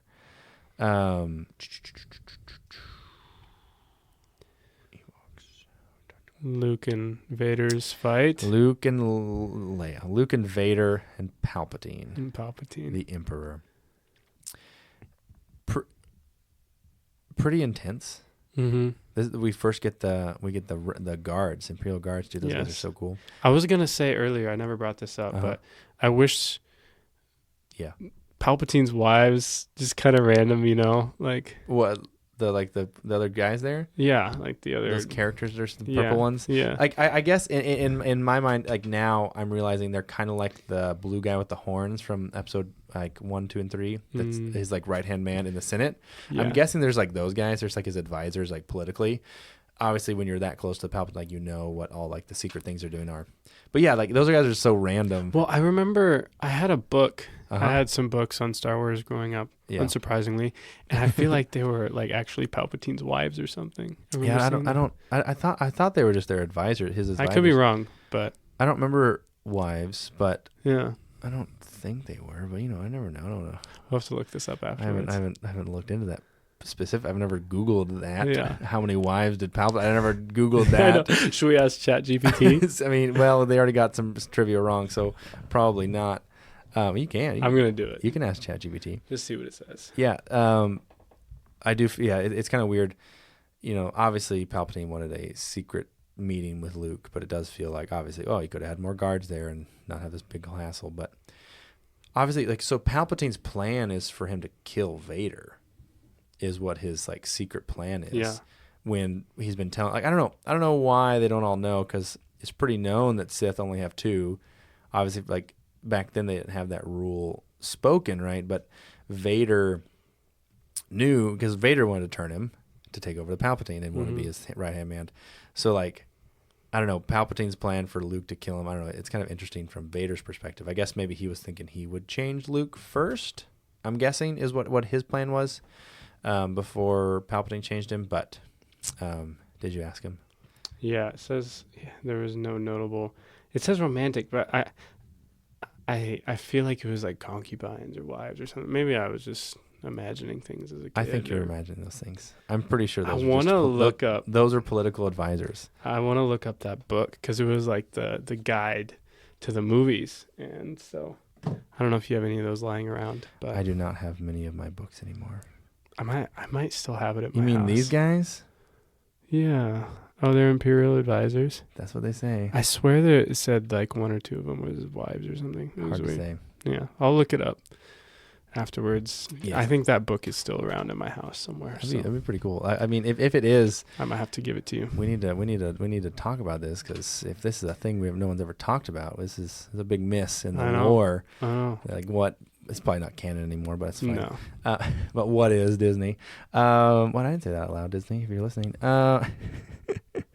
We'd appreciate a sponsorship, Disney. Oh, boy, not yet. They're not listening this far in. And so they fight. They finally takes out his anger, tries to strike him down. I mean, Palpatine just always asking for people to kill him. Mm-hmm. Take your saber, strike me down. And then, I don't know.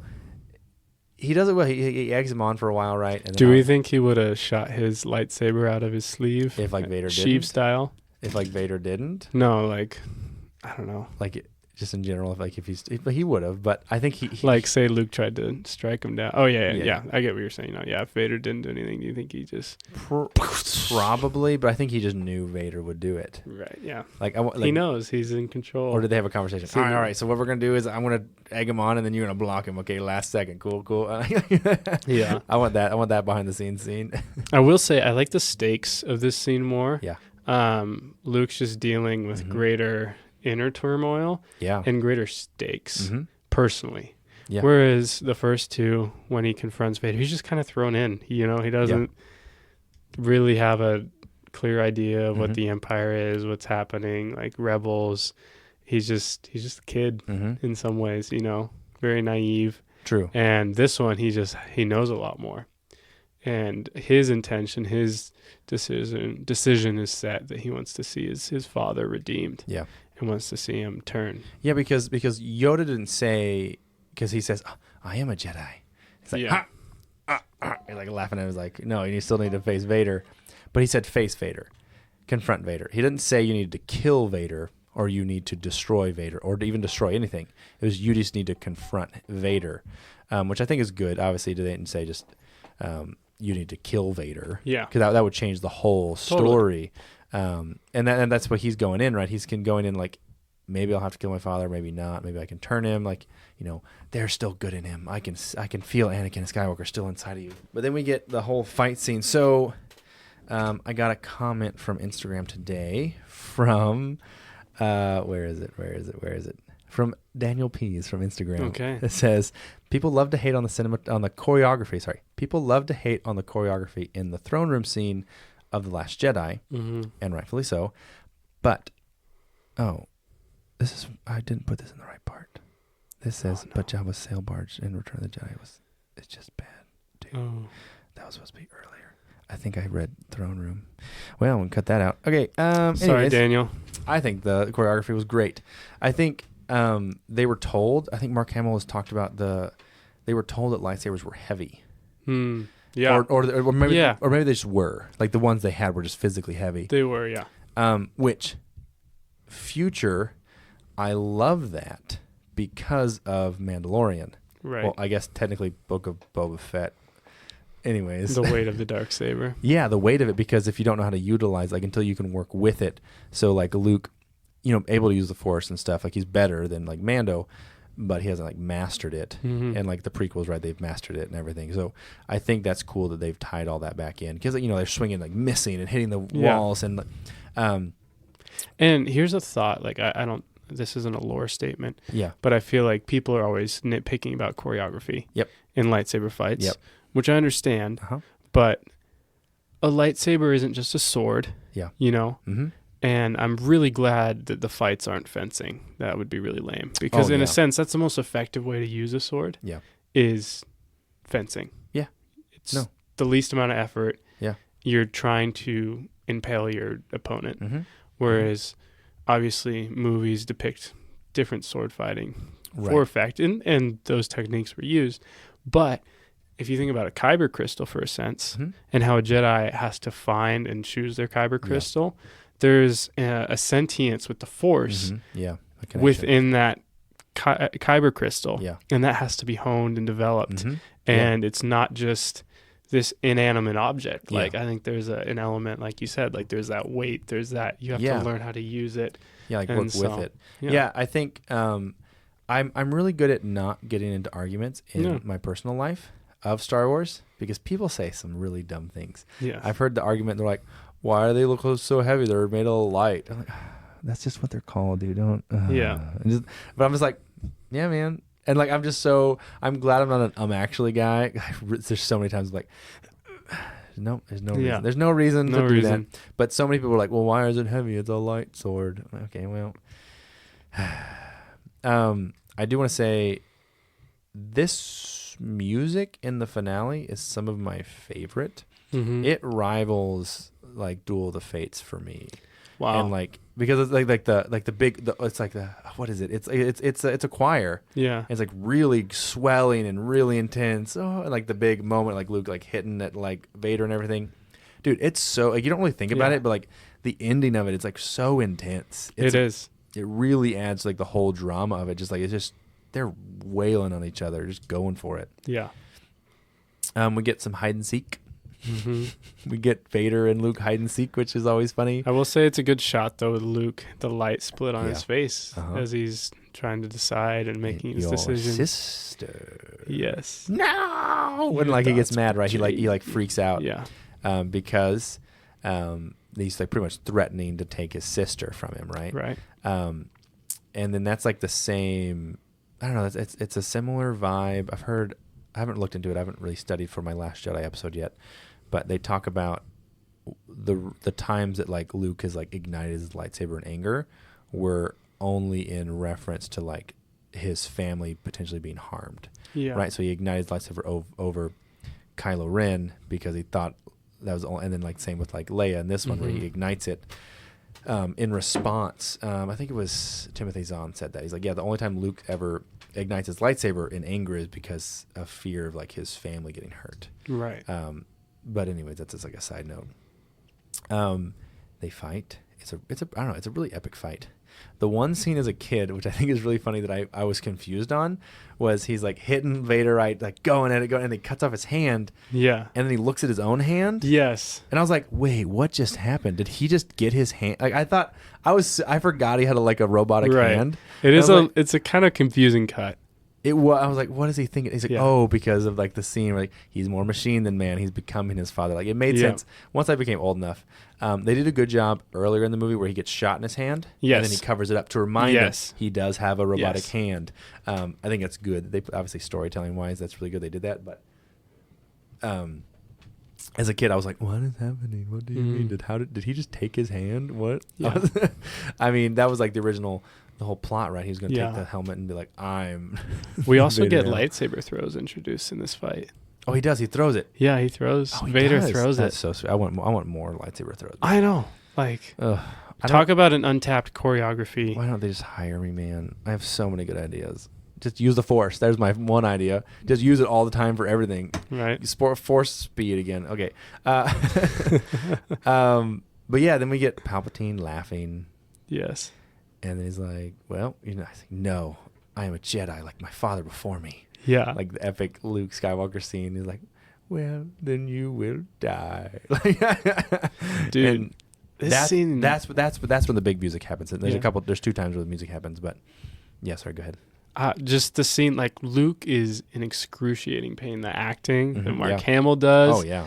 Ian McDermott, like this scene, like if I still watch it, it's just so intense. Like it's just like brutal. Yeah, like his faces he makes Ian McDermott are I think better, obviously, than like the prequels. Yeah, the prequels he does a lot of goofy faces and like right. I don't know, they should have made do more cuts, but it works. He's like really intense. He's like, I'm gonna kill this guy. I'm gonna torture him for it. And like why? And your mind's partially blown because you're like, you could do Force lightning. Like also, what? Yeah, for real. Like, and it's so intense, and it's like, oh, Luke might die, or like I think maybe in Palpatine's like lore vibe is like he's trying potentially turn him in the last moment. And I think is what he's hoping. Like maybe I torture him enough, I either kill him. Yeah. Okay, it's over. I don't have a Skywalker to worry about, or we get like we get Luke on our side kind of deal. I think is what it is. And then we get, to me, the most controversial special edition that was ever made was the no. Yes. That no makes me, that is the only change that actually makes me mad out of all of them. Like everything else, I'm like, okay, yeah, add a scene here, add a scene there, whatever. Han dodging doesn't bother me at all. I don't care. That one, really, because it changes it for me. It changes the scene because so Palpatine's like shocking him, and then we get Vader looks at him, looks at his son, looks at him, and you don't need. It's the whole like show don't tell kind of deal, kind of.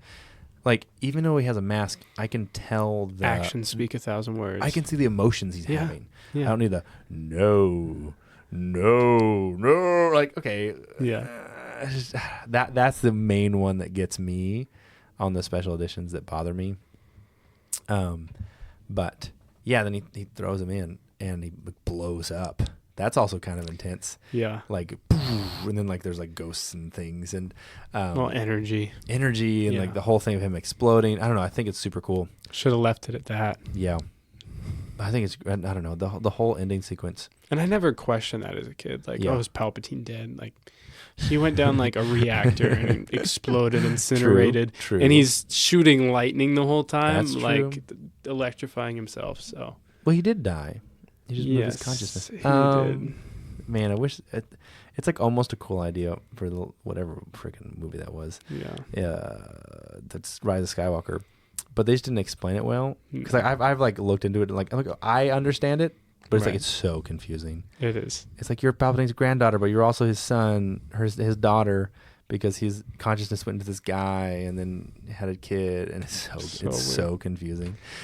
Anyways, that is another episode. Yes. I do think it'd be cool. One thing I think would be really cool is if like Luke had to fight the guards right at first, but that's just a personal thing I think would be cool. That would be really like cool. Originally, like when they first fighting, like the guards come and he like kills them real quick. Yeah. Anyways, there's so many characters I wish we had more of. Isn't that something that you have to do in the Lego Star Wars games? I'm sure it is. There's so many, like all I remember the games. fighting, I feel like it's you fight Boba 'em. Fett Mm-hmm. as well. Yeah, on Death Star or something. It's kind of random. Yeah. But yeah, he blows up, and then we drag him out, and then we get the scene that he removes his helmet. Let me see your face with my own eyes. Dead Damascus, but you'll die. And I'm already dead. Takes it off, and then we get a good special edition where they removed his eyebrows. Mm-hmm. And then Sebastian Shaw. Yes. I don't know. I think I've always liked it. I've always never questioned. No. It when I was younger, but then like it's not like that big of a moment, right? 'Cause, No. okay, some old dude, cool. Yeah. That's Darth Vader. Okay, I know, cool. and you kind of like. I feel like in Episode 6, Vader does kind of feel old. He feels tired. You know. Yeah. I get like that. he really is torn emotionally, Mhm. and so I was never like, oh, it's Sebastian Shaw. Like, why doesn't he look like? I'm kind of down that he is so old. Like, oh, dude, Vader's old. Like, oh shoot. Like, I mean, we get that as well with Obi-Wan. Yeah. Right, being Alec Guinness. True. Playing And like him. we should assume he's But- like similar age. Ewan McGregor Yes, could age to look very similar. So Correct. it's a believable it is. aging. Yeah. No, I don't. Obviously, you have to realize it's a movie and they're different actors. Like, they're not all going to look the same. So like, whatever. Right. I do remember being another thing as a kid, very stressed that Luke wouldn't make it off the Death Star in time because like it's exploding, dude. Are you kidding me? Like, we got to get going here, Luke. Get this guy out of here and get out of here. Totally. I love that like all the stormtroopers just see a guy carrying Darth Vader through the Death Star. They're just like, I don't know, let's get out of here. Exactly. I mean, I would be doing the same thing. Like, oh, I'm out of here. Yeah, because like the story is that in the at least the extended universe is that like Luke killed Palpatine, even though technically he didn't. That's like it's a whole arc with Mara Jade being mad and stuff because Mara Jade was anyways. That's a whole thing. Yeah. And wasn't she sent to assassinate Luke? Well, yeah, he was. She was like and the they right hand. fell in gal. love. And there's a whole had kids. There's a whole thing. Oh yeah, a completely random side note. So Max Rebo, sorry, going way back. Max Rebo wasn't on the sail barge that day. Mm-hmm. In a book, he was supposed to kill Jabba that day.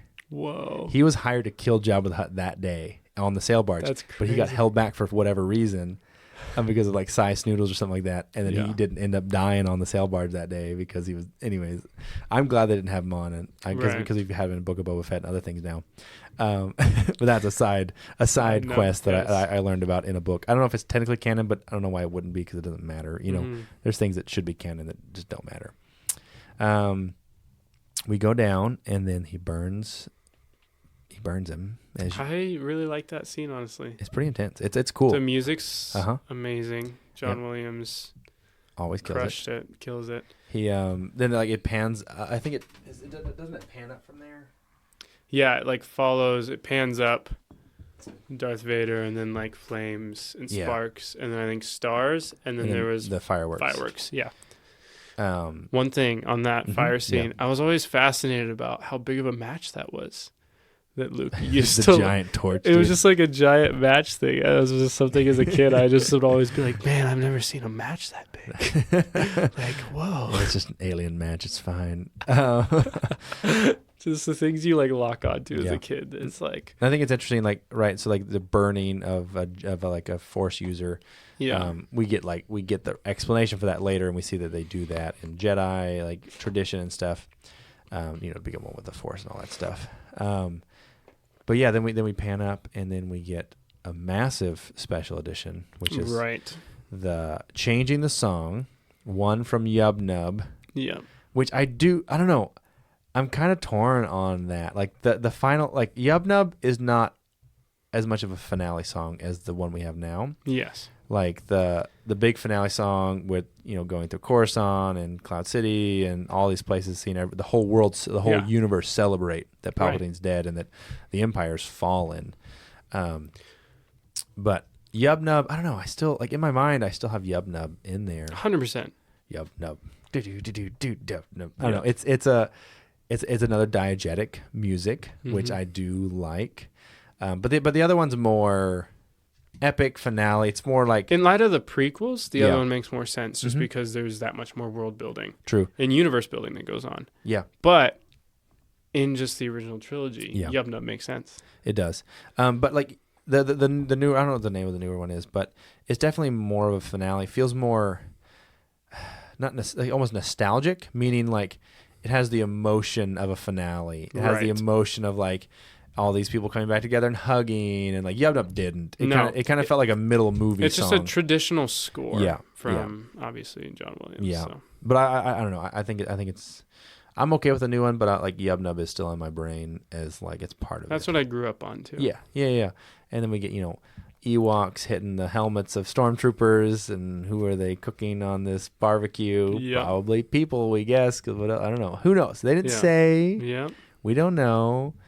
And then we get Leia tells Han. Han's like, "I'll let you have as much time as what you want." It's like, why? Yeah. He's my brother. He's like, oh, like his realization is so funny to me. Yeah, I think it's great. No, I was gonna comment on Harrison Ford or just Han's character. Yeah, I think Han was trying to change in this one because I think one, he just realized his priority, like he loves Leia and like that's what his commitment to. Yeah, and so I think they portrayed that really well without not going over the top. Like you still have some of the just tropes of his character that make him just the risky kind of gunslinger Western character, but there's some aspects where he's just like, some of the coarseness that he had is not there anymore, and so I think he's just, in his line of work, he didn't trust a lot of people, but he actually began to trust people. Yeah, like he became a general in this one, right? Like he became whatever, not wholesome, what do they call it? He told Lando he is, whatever, just like a better person. And I think that is like that gets his arc, is if he became like a general and he came working with people, and then like Lando had like a small arc where he he's come around, and then Luke's whole thing, and then I think like Leia, I feel like she's pretty consistent throughout. Obviously, she's not as hot-headed as she used to be. I mean, in my mind, Leia's like such like a motherly character. Yeah, like on like as a kid, right? Like on Endor, everything's going wrong, but then like, oh, there's Leia. Like, okay, everything's gonna be okay. Right. Like we have this like figure even just how she treats. Yeah, she's staying calm. She's like working with them. She's like a safe haven of a place, like a character. And I think they do that really well in this one. Like, she's like this caring individual that's just like there for everybody. And then we get the ghosts, which is probably the most controversial besides Solo's dodge of the bullet in episode 4 of all the special features. I feel like it's adding Hayden Christensen in 2006 or 5 or whatever it was. And like, I get both sides of it. I am on team Sebastian Shaw. I am as well. And it makes more sense. It does. Adding, like, I love special editions. Adding some characters here and there, adding a fun little scene, adding some like background stuff, but like changing like the core, like even and like you have to have consistency. Then you need Ewan McGregor, and right. It gets confused because even with like the Han Solo dodging, that doesn't to me change the story. Like the getting Hayden Christensen kind of changes everything. Like I get like, because like the argument, right, is when he fell to the dark side, he was Anakin, so that he's come back as the Force Ghost as a younger self, because that's when he was last a Jedi. Right. So then like Ewan McGregor. I mean, not Ewan McGregor, but like old Obi-Wan Kenobi and stuff. Like they're old They're because Jedis. they died when they were. That's when their Jedi side died. I get that, but I also don't. I think the play on the special edition is most younger audiences now. Yeah. Start with episode 1. Yeah, a lot of them. Yeah. Unless it's tradition in their family to start with episode 4. Right. Unless you have a younger audience who wasn't introduced by anyone to Star Wars and watched 7, 8, and 9 theaters, and that's their Star Wars, because that's a whole other generation that's coming. It's very and true. I'm like, obviously, I'm very prequel is the best, OG, and then sequels. But I have a lot of interactions with those people online because of my social media, right? So I see a lot of those sides, and I try to understand it, because I don't want to be like people were to me. Right, like people were like they're like still mad about the prequels. I know, and like I'm like, get over it, dude. And so like I don't want to be that person to the sequels.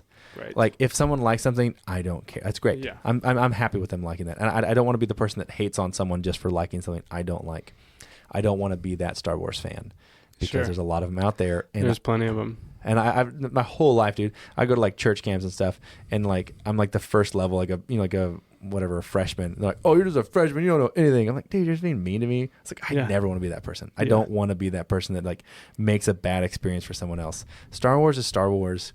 Have fun. Mm-hmm. Like I don't even care like if you like the extended universe or you like the new books. Like I don't know. I obviously I have what I like, and I have my arguments against them. But as the show goes, like I'm having someone on of every episode that their like one of their favorite movies is that movie, right? So like I have a Last Jedi person lined up, who loves the Last Jedi. Yeah, I'm excited. Like I have someone who loves the Acolyte, who's coming on to do the Acolyte. Like I'm really excited because I want to see other perspectives, right? And I want to showcase those perspectives to other people, and that's kind of the whole point of the show in general. But I think we pretty much touched on almost everything, I would say. We touched on the special editions. We touched on the whole story. Lots of little fun facts and nuggets tons in of there. Little fun facts. I'm trying to think of anything else I missed. Yub nub. Nope, that's not that's the last thing I have written down here. I have some closing thoughts. Yeah, go for it. I would say, just in light of what you were talking about just what people like and what sticks out to them. I think why this movie means so much to me is because I was so, love Star Wars and captured, enthralled with it, just captivated the imagination, as it does any fan. But I loved Luke Skywalker as a character. And so I feel like there's an arrival and there's a closure with Luke in this film. Yeah. And I will say that is why I had a really hard time with the sequels. Yeah, dude. In the modern movies, because of what they did to Luke's legacy. Yeah. And it's not like Luke was, obviously they play on like, oh, he was, renowned and that would happen, but he never plays to that, never looks for that in this. Like he was just doing what he knew was right in his own perspective. Yeah. And so, I love Luke as a character, and I feel like this one, there's so much resolution with Luke, and there's arrival and maturing of Luke that just really makes it iconic and kind of wraps that present of his growth up. Yeah, his whole, if it like ended with the same Luke from episode 5, like all our games and everything would be so different now. Like there's so many video games where you have Luke Skywalker as the head of like the new Jedi Order, and he's just like this guy. He walks with his hands behind his back, and he's like this kind of consistent character who's just really intense, and just like. But they created that here in episode 6, and I would agree. I think the hardest part with the sequels is Luke. I would say, I think if it wasn't for Luke, I think I would enjoy the sequels a lot more than I do. I really wish they would have done a different time. Yeah, I know, or just. Not the same characters. Yeah. Like just have them all dead or something. Yeah. Go a little farther. Go a few generations down. Yeah, or just like one, honestly. Just like right after they die. Right. Or something. Yeah. There's again. Yeah. We don't need to get into There's so many things they could have done. I will say the scene with Grogu and Luke, I feel like you felt that. I felt that again with Luke. No, it felt like Luke. And in the cool. episode 1 of not episode 1, season 1 of The Mandalorian. Yeah. Like, it's like, oh, this is Luke that I know. Like, just his presence, how he carried himself. And, Yep. And I think it's almost like Disney kind of saying like, oh, we see you guys. Maybe this is what you actually want. And I don't know. It's hard to say. We'll see what the future holds. We'll see. I'm sure we'll get another Luke scene. I don't know. Yeah. We'll see. Oh, yeah, we will. We will see. But I'd be all for Sebastian Stan giving us probably a performance of Luke. He's getting a little older now. He is. It may not quite work anymore. I mean, I think they're probably not going to do that because they've already established they're just doing the deep fake guy, which they're getting better at. Like obviously, it's better in Book of Boba Fett, which is technically where that scene is, which is wild, crazy. But yeah, I think that's all I have on Return of the Jedi. Yeah. Yeah. Okay, I'll do a quick little outro then. Thank you for joining us. If you haven't, wait, let me try that again. Thank you for joining us on this review of Return of the Jedi. If you are listening this far, go ahead and give me a rating if you're on Spotify, or a review if you're on Apple Podcast. And if you're on Amazon Music, that's weird, but I don't know what you do on there, but I don't think anyone listens to that. But anyways, thank you for joining us. I don't know what our next episode is going to be, but as always, may the Force be with you.